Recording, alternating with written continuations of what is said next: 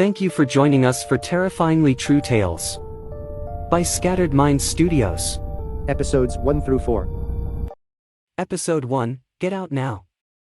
From TikToker_SpookyTooth. Imagine this.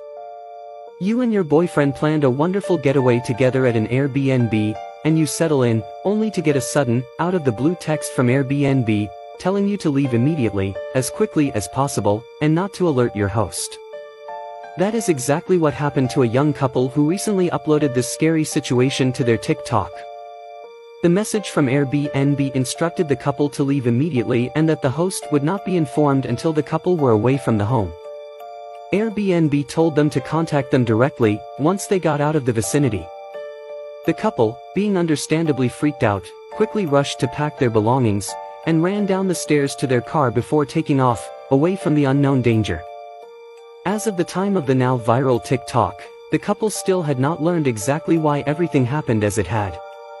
Airbnb only elaborated enough to tell the couple there had been a previous guest that reported issues with the host. If you have ever listened to any of the many podcasts and YouTube videos of scary Airbnb stories, you probably understand the fear this cryptic situation would induce.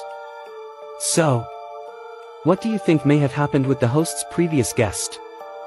What are some reasons Airbnb would send such a message? Feel free to speculate in the comments. Episode 2, That's Not a Lion. Story from user, Brian Worker Zoo 80. Hello. I had an incident last week. I'm a worker at a zoo, as you guys know. It was 8:36 p.m. when I was cleaning the lion's enclosure, when I saw a tall-looking figure looking back at me. And I am not kidding, I literally could not move. I was terrified to see this thing morph into a lion. So, what do you think it was? Could it have been, perhaps, a skinwalker? Or do you just think maybe his eyes and mind were playing tricks on him? Feel free to answer in the comments. Story number 3, Haunted in Boston. By Reddit user, Mothra is my mom. I grew up in a haunted house owned by an oil baron from the 19th century. So this story is 100% true, and I'm basically still scared even thinking about what happened to me as a kid in this house. I grew up in Massachusetts, and when I was 10, my family bought a very large, 20-plus room house in Brookline, a suburb of Boston.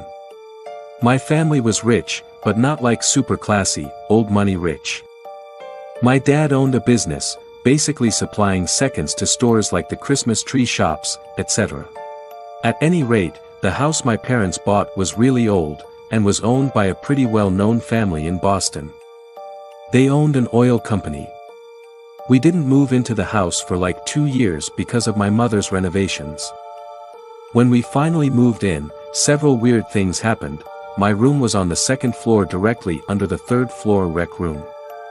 I used to hear odd music and stomping from upstairs. Once I even opened my door and yelled, "Stop." And the noise did indeed stop. I learned years later that that rec room had been a servant's quarters. Glasses used to break on their own all the time. Cups would just shatter on the kitchen counter without being touched.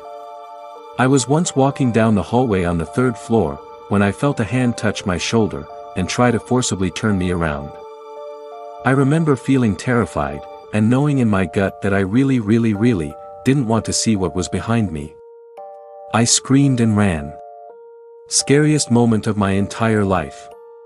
I've got so many more stories from that place. Would you have been scared to live in that house? Or do you think it would be worth it to live in such a huge, extravagant home? Episode 4, Hauntings from the Ouija Board. By Reddit user ThickFreakness72. While I've personally not had any bad experiences myself, my mother and aunts would regularly play the Ouija board when I was a small child. I remember being fascinated by it. We lived in a two-family house, me and my parents on the bottom floor and my cousin, aunt and uncle on the top floor. They would keep the Ouija board in my aunt's hall closet. Once when asked for lottery numbers to play, it answered 666. My mom said the next day the Kmart flyer advertised a $6 sale. They asked it for a horse to bet on, and it gave them Calamity Jane. When my mom checked the paper the next day, there was an actual horse with that name in the race. Then it started to say things like, "Mad at Marianne," my aunt's name, and "cold in the hallway." After that it stopped communicating in English, and spoke in Latin. My mom and her siblings all went to Catholic school and learned some of it because masses were held in Latin. One night while my uncle worked the overnight shift at the sanitation department, my mom and two aunts were using the board while my cousin was asleep in her crib. The planchette moved very fast and erratically. The room became freezing cold and smelled strongly of vomit. The lights in my baby cousin's bedroom were turning on and off. Her crib wasn't near the light switch and she couldn't reach it anyway. They all just huddled together and said a bunch of prayers until it passed. I always give them crap to this day, that they left my cousin in the crib and didn't grab her. So, do you believe that Ouija boards can summon spirits? Do you think they can let demons in too? Answer in the comments. Hey! My name is Lucifare, but you can call me Lucy. I am your Terrifyingly True Tales host. I scour the interwebs for obscure, true-life scary stories, and bring them to you here, via Scattered Minds Studios. If you have any content requests, drop them in the comments, and I will see what I can scare up. Finally, thank you for watching, and please follow Scattered Minds Studios for more scary stories, entertaining videos, and new merch drops.